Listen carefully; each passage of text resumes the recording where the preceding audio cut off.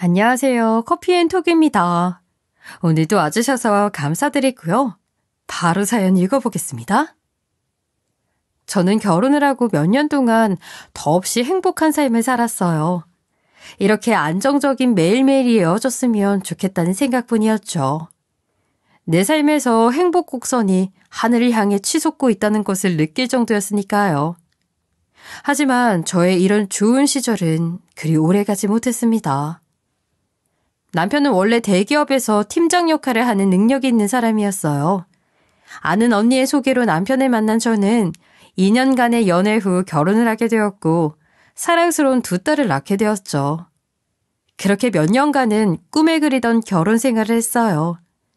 든든하게 능력 있는 남편과 귀엽고 사랑스러운 두 딸들. 늘 그려왔던 단란한 가족을 완성한 저는 평온한 매일을 보내고 있었죠. 저는 미술학과를 나와서 결혼 전까지는 아이들에게 미술을 가르쳤어요. 하지만 다니던 학원이 없어진 뒤로 재정적으로 힘들던 시기가 있었어요. 그때는 저 하나를 책임지는 것만으로도 벅차서 엄마에게 자식다운 효도도 못하고 있었죠. 하지만 결혼 후에 재정적으로도 차츰 나아져서 결혼 전에 엄마에게 못다한 효도를 다 할 수 있게 되었어요. 매주 혹은 못해도 2주에 한 번은 찾아뵈었고 엄마는 손녀들과 함께 식사를 하며 즐거워하셨어요. 매달 용돈도 챙겨드릴 수 있게 되었죠. 엄마는 항상 말씀하셨어요. 효도한다고 애쓰지 마라. 효도가 별거 있니? 네가 잘 사는 것을 보여주는 게 바로 효도야. 엄마는 네 곁에서 네가 잘 사는 모습을 보는 것만으로도 행복해. 그렇게 말씀하시는 엄마가 정말 고마웠죠. 그리고 저는 남편에게도 참 고마웠어요. 남편은 시댁과 친정, 양가 부모님께 똑같이 아낌없이 베풀었어요. 양가 부모님 모두 섭섭하지 않도록 말이죠. 명절이면 명절, 생신이면 생신, 똑같이 선물이며 용돈을 싸들고 가서 인사를 드리고 축하를 드렸죠. 저는 그것이 고마워 남편에게 아내로서 할 수 있는 내조를 충실히 했어요. 이렇게 꿈에 그리던 가족을 이루었던 때 우리 가정이 한 번에 무너질 만큼 큰 충격이 찾아왔어요. 남편이 40대 초반에 희귀병 진단을 받게 되었어요. 어느 날부터 남편이 회사에서 자꾸 넘어진다고 했을 때 이상하다고 생각을 했어요. 그런데 그 이후 남편의 팔이나 목이 남편의 의지와 상관없이 반복적으로 움직이거나 비틀리기 시작했어요. 남편과 저는 함께 대학병원에 가서 진단을 받았죠. 진단 결과는 근육 경련이 심해지는 근육 긴장 이상증이라는 희귀병이었어요. 이 병은 금방 나을 수도 있고 금방 낫지 않을 수도 있습니다. 희귀병이다 보니 언제 낫는다 하는 통계도 나와 있지 않고요. 지금 당장 할 수 있는 치료를 하면서 나아질 방법을 찾아보지요. 의사 선생님이 하는 말씀이 귀로는 들렸지만 머리로는 이해가 잘 되지 않았어요. 이것이 정말로 우리에게 일어난 일인지 현실감이 없었거든요. 내 남편이 희귀병에 걸렸다니. 거짓말 같은 소식에 저는 놀란 표정을 짓고 있을 수밖에 없었어요. 시간이 흐를수록 남편은 평소처럼 걸어 다니는 것도 일상생활을 하는 것도 불가능해졌어요. 남편의 몸은 남편의 의지와 관계없이 비틀어지거나 꼬이거나 하면서 이상한 움직임을 보였어요. 회사 생활은 더 이상 할 수 없었죠. 남편은 그래도 회사에 나가겠다고 고집을 피웠지만 휴직이 끝나던 날 아침 출근을 위해 제대로 걸을 수도 없다는 것을 알자 자진해서 퇴사를 하게 되었어요. 그 후 남편은 바람 빠진 공처럼 침대 위에서 멍한 표정으로 병원에 입원할 날만 기다렸죠. 한순간에 가장이자 팀장이었던 남편은 병원 신세를 지게 되었어요. 병원에 입원하던 날 휠체어 위에서 팔이 저절로 뒤틀리던 남편을 보는 것이 어찌나 가슴이 아프고 힘들었던지요. 그리고 이 모든 것이 갑작스러워서 저는 충격 속에서 하루하루를 보내게 되었어요. 난생 처음 들어보는 이름의 희귀병이 제 행복이 모두 담겨있던 가정을 박살내고 있었어요. 보험 적용도 안 되는 병이어서 병원 비용도 감당이 어려울 정도로 많이 나가기 시작했어요. 처음에는 재활운동을 하면 금방 좋아질 것이라고 생각했죠. 3개월 정도면 차도를 보이지 않을까 했어요. 하지만 3개월이 지나도 5개월이 지나도 반년이 지나고 1년이 지나도 남편의 병은 크게 나아질 기미가 보이지 않았어요. 병원 생활이 길어지면서 경제적인 부담도 점점 커졌어요. 남편이 경제활동을 하지 못한 채 병원비만 나가는 날들이 이어졌어요. 결국 남편의 병원 생활이 2년째 되던 해에 살던 집까지 팔게 되었어요. 집까지 내놓는 것은 피눈물이 흐르는 일이었지만 남편이 병을 이겨낼 수만 있다면 집이 중요하지는 않다는 생각이 들었어요. 그렇게 집까지 팔아 남편 수발을 들었지만 돈은 지극히 현실적인 것이었어요. 돈은 점점 말라갔고 돈이 줄어들자 저희에게는 매일매일 살아가는 일상도 부담이었죠. 특히 아이들이 커가자 내일이 오는 것이 두려워질 정도였어요. 첫째 아이가 초등학교를 졸업하고 중학생이 되면서 입학비며 교복비로 시작해 학부모들끼리 챙겨야 하는 것에 대한 비용, 학원비, 용돈 등 모든 것에 돈이 더 필요하게 되었죠. 다른 아이들은 다 하는 일을 우리는 돈이 없어서 안 된다고 말하고 싶지 않아 아이들에게 사정을 숨겼지만 아이들이 모를 일도 없었어요. 눈치 빠른 첫째가 돈 이야기를 가급적 하지 않는 것도 가슴이 아팠어요. 왜 이런 시련이 우리 가족에게 닥쳤는지 대상도 없는 원망을 매일 하기도 했어요. 어떤 때는 남편과 함께 이 세상을 떠나고 싶다는 극단적인 생각까지도 한 적이 있었죠. 그만큼 빠져나갈 곳 없는 막다른 길에 서서 혼자 버티고 있는 기분이었어요. 엄마이자 부모라는 존재도 그때는 힘겨웠어요.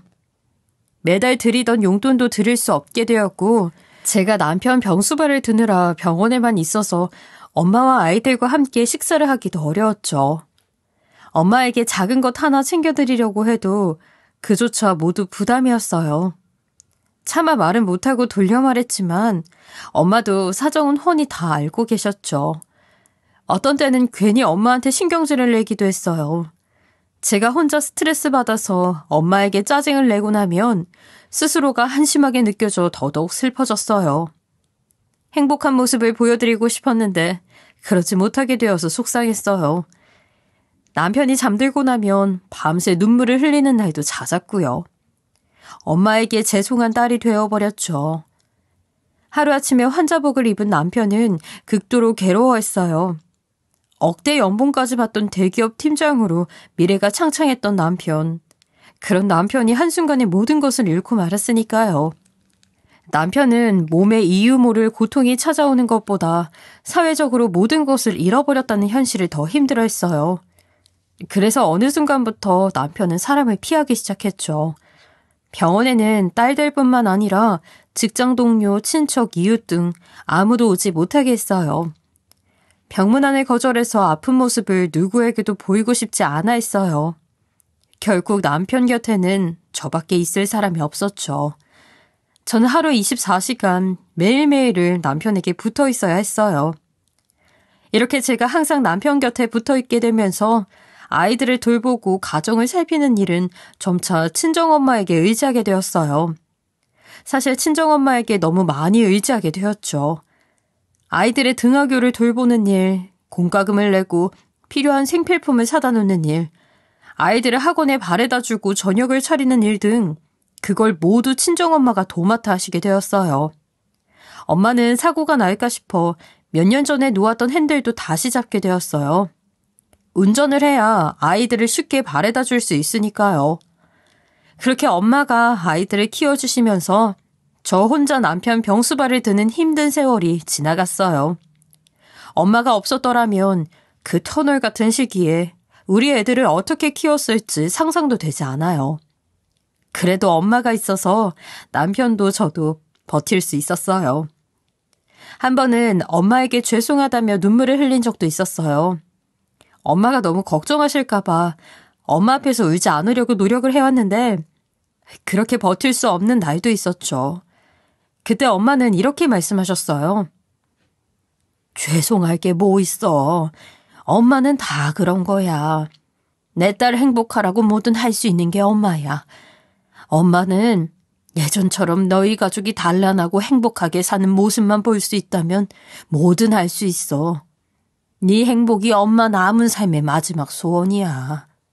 그러니까 죄송하다는 소리 마. 우느라 기운 빼지도 말고. 기운 아껴서 너희 남편 보살피고 애들 챙겨라. 엄마 걱정일랑 하지도 마. 엄마에게 정말로 감사했어요. 엄마가 없다면 저는 벌써 무너졌을 테니까요. 저희 가족을 떠받치고 있는 것은 바로 엄마였어요.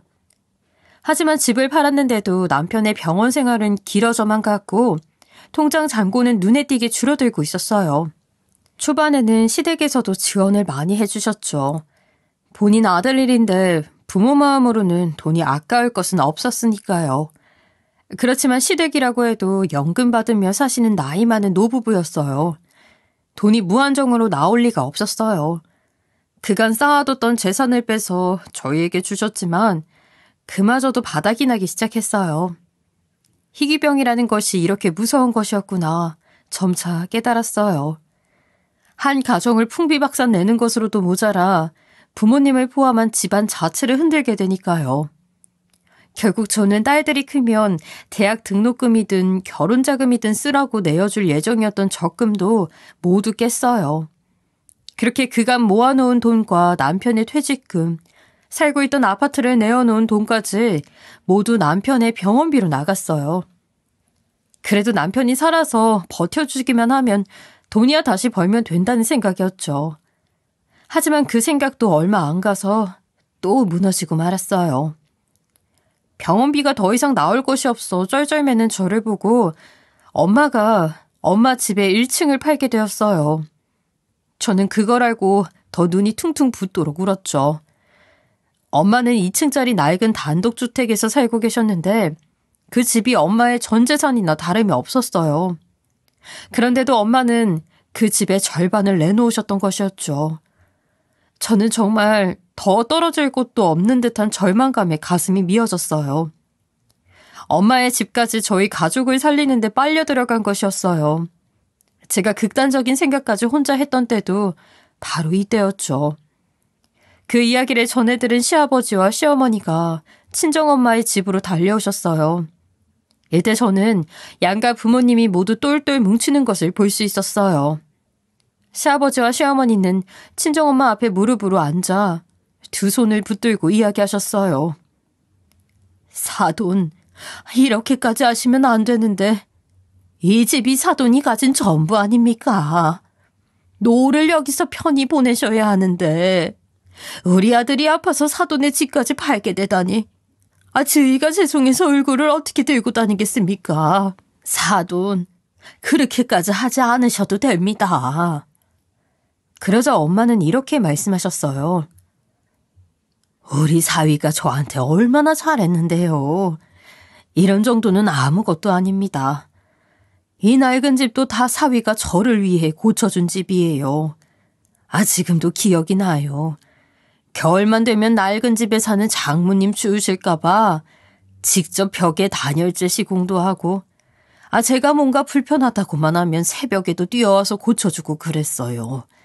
사위가 다 고쳐놓은 집이라 사위 것이나 다름이 없습니다. 우리 사위가 저한테 그렇게 잘했는데 당연히 저도 이렇게 나서야지요. 제 식구일인데요. 그러니 이렇게까지 미안해 하실 일 없습니다, 사돈. 엄마는 웃으며 시댁 부모님의 손을 맞잡았어요. 엄마의 말에 무뚝뚝한 편이었던 시아버지까지도 눈물을 뚝뚝 흘리며 감사하다고 말씀을 하셨어요.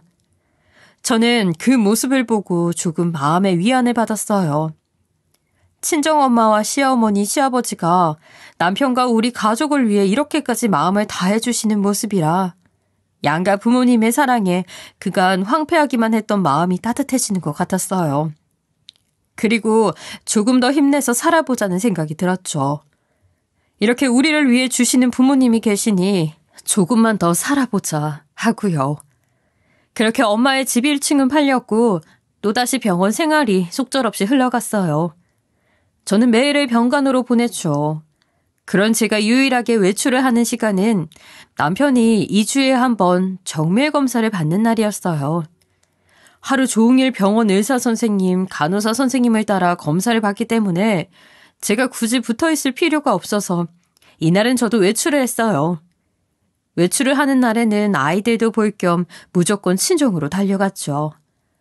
친정으로 가서 하루라도 엄마의 짐을 덜어드리고 싶은 마음도 있었어요. 나이 많은 엄마가 딸과 사위를 위해 집까지 팔고 아이들을 키우느라 고생하시니 제가 단 하루라도 엄마를 도와드리려고 했어요. 엄마 집에 대문을 열고 들어서자 1층에 들어왔다는 새댁이 마당에 있다가 인사를 했어요. 마당에는 깡마른 어린아이가 엄마와 공을 던지며 놀고 있었어요. 저는 엉겁결에 인사를 했지만 학교 갈 시간인데 어린아이가 엄마랑 단둘이 놀고 있는 게 조금 이상해 보였어요. 자세히 보니 아이는 머리카락도 하나도 없고 팔다리가 얇아도 너무 얇았죠. 얼굴도 헬쑥하고 눈 밑이 퀭했어요. 아무리 봐도 병을 앓고 있는 듯한 모습이었죠. 뭔가 사연이 있겠거니 생각하며 엄마 집이 있는 2층으로 올라갔어요.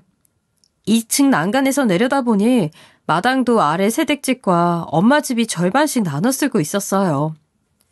원래 엄마는 취미로 마당에 텃밭을 가꾸고 계셨는데 엄마의 텃밭이 절반만 남아 있었거든요. 그걸 보고 있으니 엄마의 노후 자금이 절반으로 반토막 났다는 것을 실감할 수 있었어요. 제 마음은 죄책감으로 더 무거워졌죠. 집에 들어서자 화장실에서 우액하는 소리가 크게 들려왔어요. 무슨 소리인지 귀를 기울여 보니 엄마가 화장실에서 구토를 하는 소리였어요. 깜짝 놀라 화장실에 달려가 보니 엄마가 변기에 음식을 개워내고 계셨어요. 엄마, 왜 그래? 무슨 일이야? 응? 왜 이렇게 다 토해내고 있어? 놀란 저의 목소리를 들은 엄마가 힘겹게 고개를 돌려 저를 보았어요. 그러더니 그냥 먹던 게 체한 거라며 저를 화장실에서 내보내셨죠. 그 후에도 한동안 계속되는 구토 소리에 저는 안절부절 못하고 기다렸어요. 엄마가 화장실에서 나오자 저는 병원에 가보자고 했죠. 하지만 엄마는 끝까지 한사코 거절하셨어요. 몇 번을 실갱이를 해도 싫다고 고집을 부리셨어요. 저는 걱정이 되어 애가 탔지만 저에게는 시간이 없었어요. 결국 혼자 병원에 가 위장약만 타서 엄마에게 가져다 주고 정신없이 병원으로 돌아갈 수밖에 없었죠. 그러고 나서 며칠 뒤 신이 난 딸들의 전화를 받았어요. 딸들은 오랜만에 밝은 목소리로 말했죠.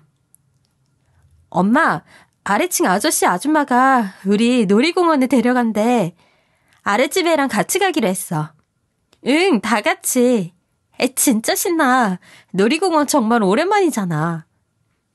이렇게 신이 난 딸들의 목소리는 몇 년 만에 듣는 것 같았어요. 아이답게 제대로 웃는 목소리였어요. 저는 딸들의 신난 목소리를 듣는 것이 기뻤지만 한편으로는 아픈 아빠 눈치를 보느라 웃지도 못한 딸들이 치근하기도 했어요. 저번에 스치듯 보았던 아랫집의 병약한 아이와 우리 딸들은 이미 친한 사이가 된 것 같았어요. 그렇게 주말을 이용해 아랫집 부부가 딸들을 놀이공원에 데려가준 덕분에 엄마도 하루 쉴 수 있게 되었어요. 엄마는 딸들이 놀러간 후에 전화를 하셔서 말씀하셨어요. 손녀들이 짠해 죽겠다. 다른 애들은 주말이나 방학에 부모님 따라서 여행도 가고 여기저기 간다고 하는데 우리 손녀들은 어디 가고 싶다는 말도 잘 안 해. 벌써부터 눈치만 생겨서 그런지 어쨌든 오늘은 나도 하루 좀 푹 쉬련다. 그렇게 가끔 아랫집 부부가 딸들을 봐주게 되었고 엄마도 종종 쉬는 날이 생겼어요. 저는 정말 감사하게 생각했지요. 아랫집 부부에게 제대로 인사를 한번 해야겠다고 생각하던 때 그 부부가 집을 다른 사람에게 팔고 이사를 나갔다는 소식을 들었어요. 정말 아쉬운 일이었어요. 제대로 인사 한번 못한 것이 미안했죠. 어쨌든 새로운 사람이 들어와 살기 시작했고 엄마와 딸들은 아쉽지만 다시 원래의 생활에 적응해 나갔어요.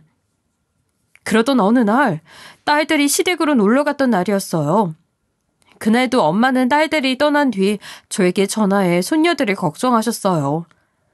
그리고 손녀들이 없는 동안 하루 푹 쉬겠다고 말씀을 하셨죠. 하지만 엄마는 하루가 아니라 완전히 푹 쉬고 싶으셨던 것 같아요. 엄마는 그날 자리에 든 이후 깨어나지 못하셨어요. 병원으로 실려온 엄마의 몸을 검사한 의사에게 엄마는 이미 위암이 꽤 진행된 상태이었다는 이야기를 들었어요. 본인이 고통스러워서 절대로 모를 리가 없었을 거라고 했어요. 저는 숨을 쉬지 않는 엄마를 망연자실하게 바라보았어요. 남편이 아픈데 본인까지 짐이 될까봐 엄마는 여태 병색을 숨기고 계셨던 거였어요. 검사 한 번, 치료 한 번이라도 받아보실 수 있게 할 걸.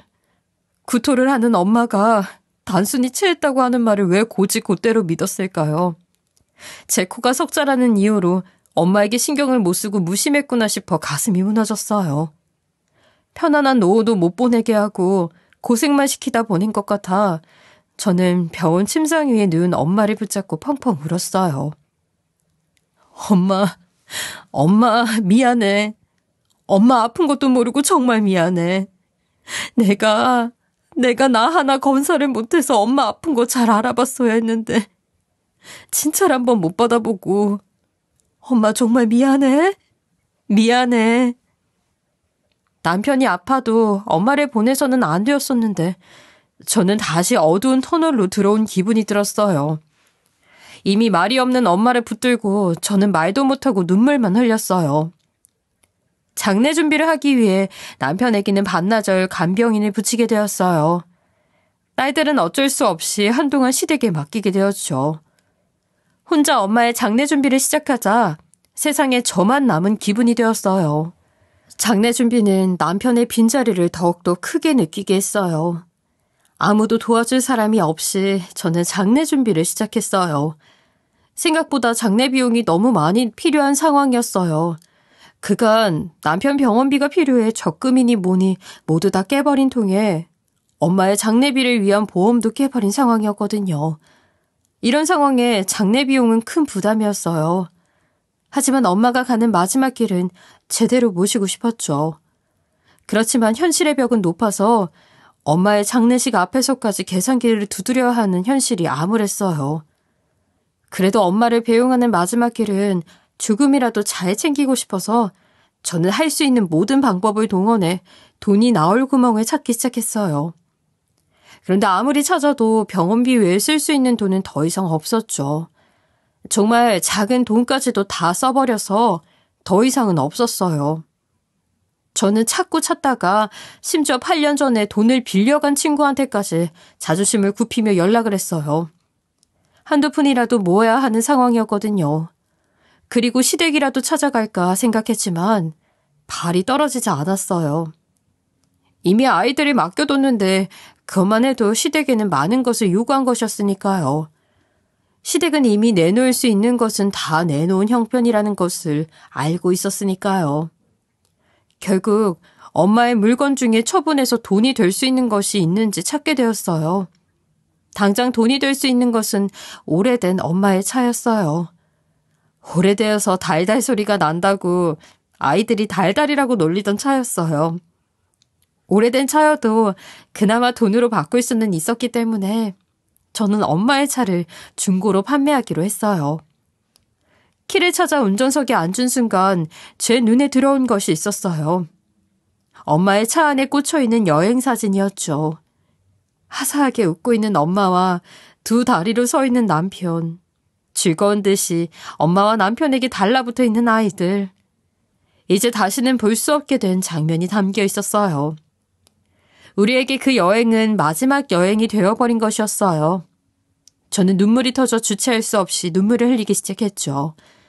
남편의 희귀병이 오랜 투병 생활이 되어 우리 가정이 무너진 것, 엄마가 큰 병을 숨기고 있다가 결국 고생만 하고 떠나신 것, 모든 슬픔이 어우러져 흘러넘쳤어요. 눈이 퉁퉁 부을 때까지 울다가 저는 사진을 대고 남편에게 물어봤어요. 여보, 어떻게 하는 게 좋을까? 나는 이제 자신이 없어. 그래도 우리 엄마 장례비만큼은 우리가 해드려야 하지 않을까? 당신이라면 어떻게 하겠어? 근데 이제 정말로 돈이 없어. 진짜 열심히 버텼는데 왜 아직도 이럴까? 우리 엄마 배웅도 잘 못하겠어. 그렇게 말하면서 혼자 또 펑펑 울었어요. 남편도 없고 엄마를 보내드릴 장례비 마련을 하겠다고 엄마의 낡은 차를 팔아야만 하는 이 상황이 정말 서러웠어요. 하지만 한참 울다가 냉정을 되찾고 생각했어요. 현실을 생각하면 딱히 다른 방법이 없기도 했어요. 가만히 앉아서 생각해보니 남편이라면 먼저 엄마를 잘 보내드리는 것이 우선이라고 할 것 같았어요. 그리고 그게 맞는 일이었지요. 저는 결국 엄마의 낡은 중고차를 중고차 매장에 등록하러 갔어요. 중고차 매장 사람들이 나와 차의 상태를 살펴보고 대략적인 판매 가격을 이야기해줬어요. 역시나 큰 돈은 아니었지만 그래도 장례비 마련을 위해서는 그 돈이라도 필요했죠. 저는 차를 넘기고 다시 병원으로 돌아왔어요. 며칠 뒤 중고차 업체 사장님이라는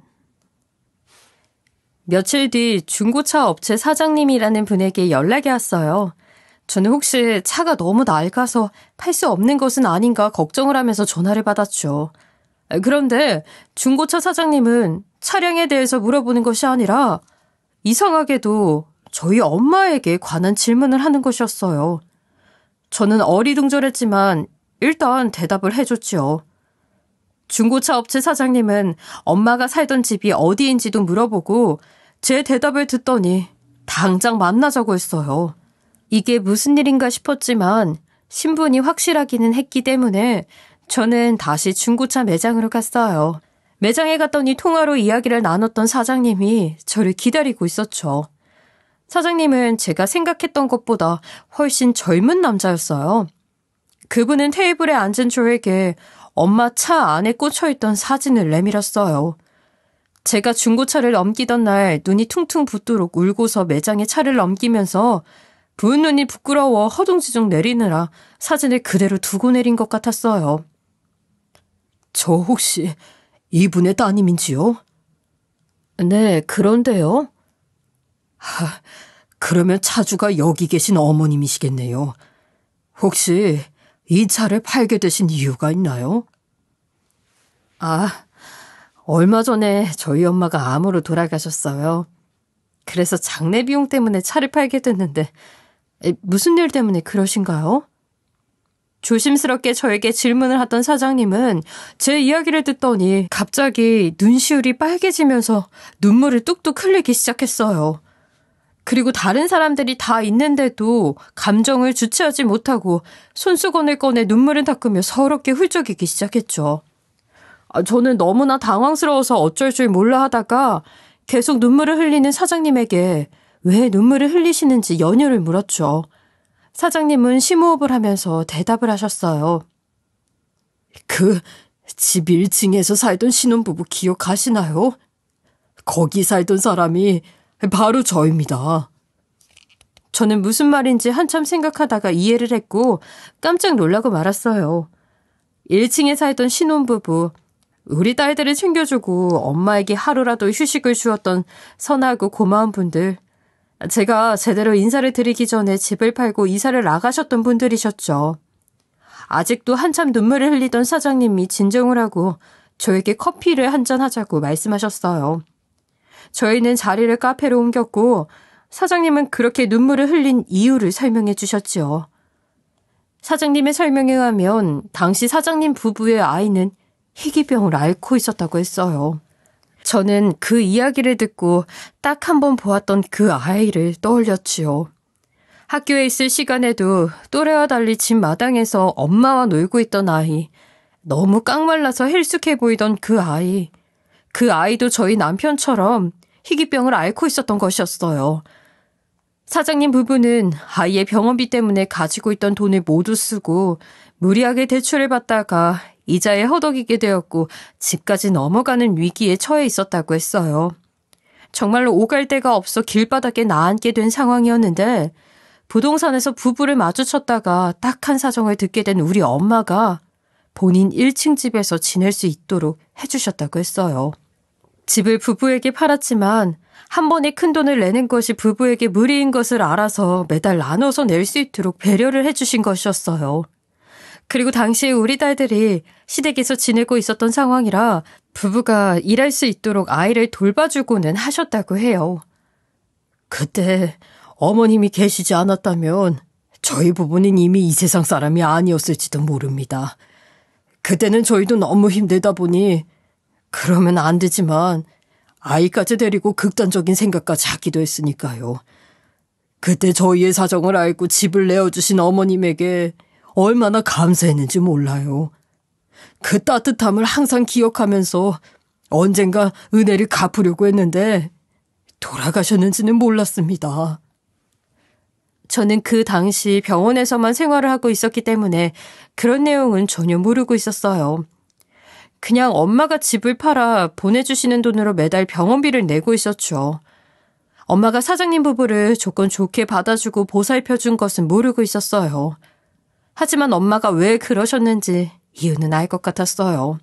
엄마는 희귀병을 앓는 아이를 보면서 남편이 일어서기를 기도하셨을 것이었어요. 아마 엄마도 사장님 부부와 아이를 보면서 저희 가족을 생각하셨을 거예요. 희귀병을 앓고 있는 제 남편이 일어날 수 있기를, 그래서 우리 가족이 다시 행복해질 수 있기를 기도하는 마음으로 그러셨을 것 같아요.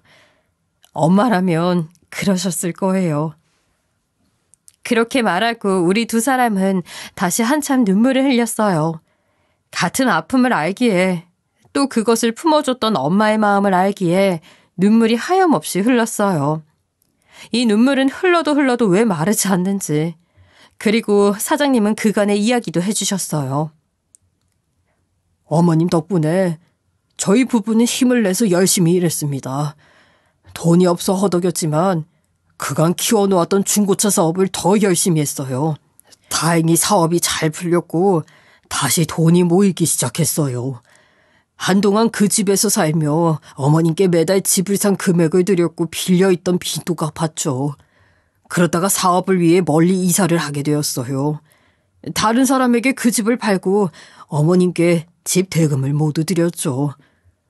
이사 후에는 더욱 열심히 일했어요. 아이의 병 치료도 계속했죠.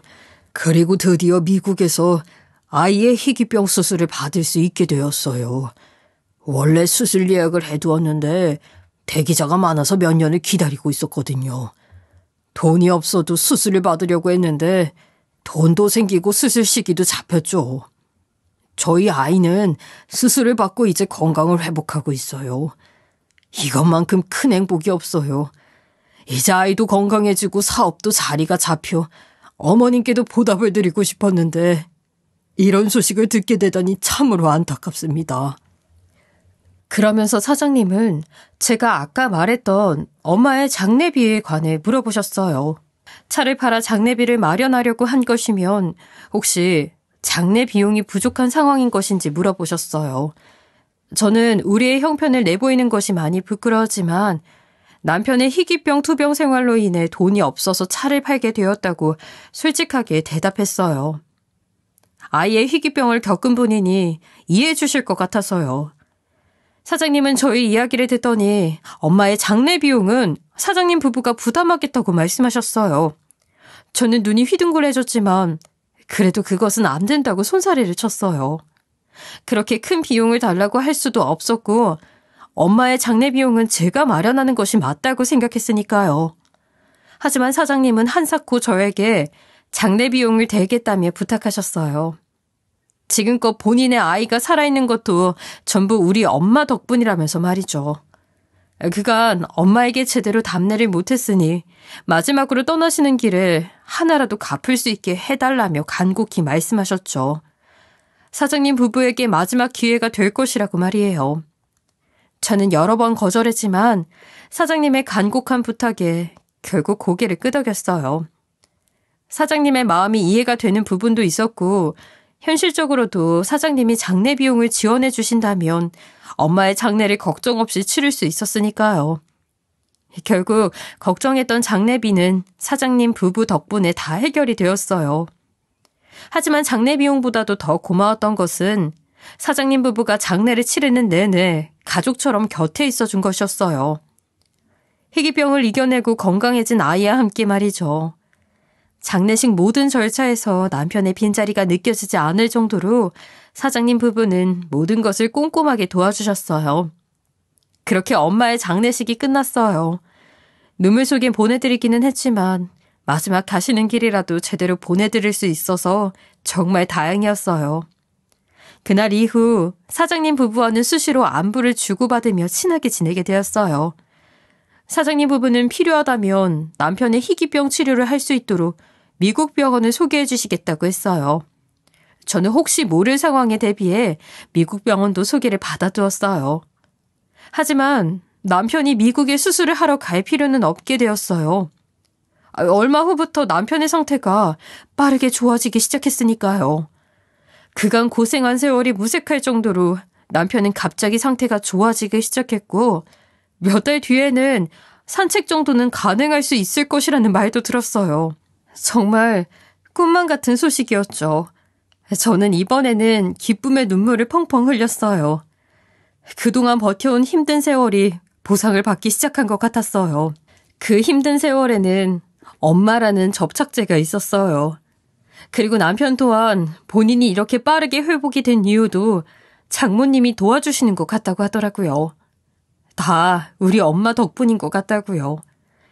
다 부서져 버릴 것 같을 때 엄마가 저를 지탱해 주었고 제 가족들을 지탱해 주었어요. 엄마의 따뜻한 마음과 헌신 덕분에 사장님 부부도 아이의 희귀병을 이겨낼 수 있었고요. 비록 엄마는 떠나고 없지만 지금이라도 이렇게 남편이 회복을 하니 제 고생뿐만 아니라 엄마의 고생에도 의미가 생긴 것 같아 마음이 조금은 가벼워졌어요. 저는 요즘 다시 꿈을 꾸고 있어요. 남편이 아프기 전처럼 우리 가족이 모두 모여 행복하게 사는 꿈이요. 이제 큰 돈이나 남부럽지 않은 삶을 원하지는 않아요. 그저 우리 네 가족이 모여 행복하게 살 수 있다면 그것만으로 충분하다고 생각해요. 곧 사장님네 부부를 만나기로 한 날이에요. 사장님 부부를 만나 함께 남편 신발을 하나 장만하기로 했어요. 저는 새 신을 신고 남편과 앞으로 걸어나갈 날만 손꼽아 기다리고 있어요. 엄마가 남겨주신 귀한 인연들과 함께 행복한 삶을 꾸려나가려고 해요. 저의 슬프고도 마음 무거워지는 이야기를 함께 들어주셔서 감사합니다. 지금까지 커피앤톡이었습니다. 오늘도 끝까지 함께 해주셔서 감사하고요. 다음 영상으로 또 찾아뵙겠습니다.